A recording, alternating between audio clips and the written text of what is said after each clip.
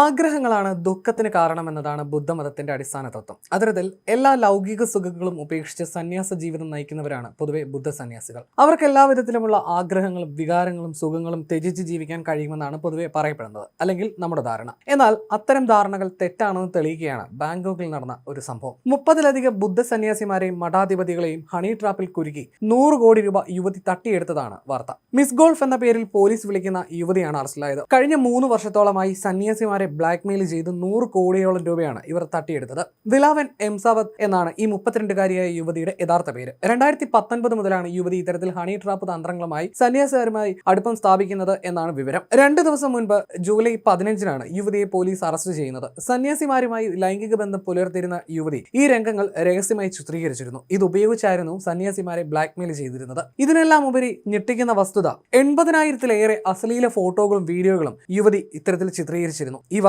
യുവതിയുടെ വീട്ടിൽ നിന്ന് പോലീസ് പിടിച്ചെടുത്തിട്ടുണ്ട്. തായ്ലൻഡിലെ പ്രശസ്തമായ ബുദ്ധ സന്യാസി സമൂഹത്തിൽ വലിയ രീതിയിലുള്ള അപമാനത്തിന് ഈ ഒരു സംഭവം കാരണമായിട്ടുണ്ട്. അടുത്ത കാലത്തായി സന്യാസിമാരുടെ പേരുകൾ ലഹരി ഇടപാടുകളിലും ലൈംഗിക ആരോപണങ്ങളിലും ഉയർന്നു കേട്ടിരുന്നു. ജൂൺ പകുതിയോടെയാണ് സംഭവം പുറത്തു വന്നത്. ഒരു ബുദ്ധ സന്യാസിയുടെ തിരോധാനത്തിൽ പോലീസ് നടത്തിയ അന്വേഷണമാണ് തായ്ലൻഡിനെ തന്നെ ഞെട്ടിച്ച ലൈംഗിക വിവാദം പുറലോകമറിയാൻ കാരണമായത്. എന്തായാലും ഈ വിവാദം വലിയ രീതിയിൽ സന്യാസ സമൂഹത്തിൽ പലതരത്തിലുള്ള നടപടികൾക്കും അഴിച്ചുപണികൾക്കും ഒക്കെ ഇപ്പോൾ കാരണമാകുന്നുണ്ട്.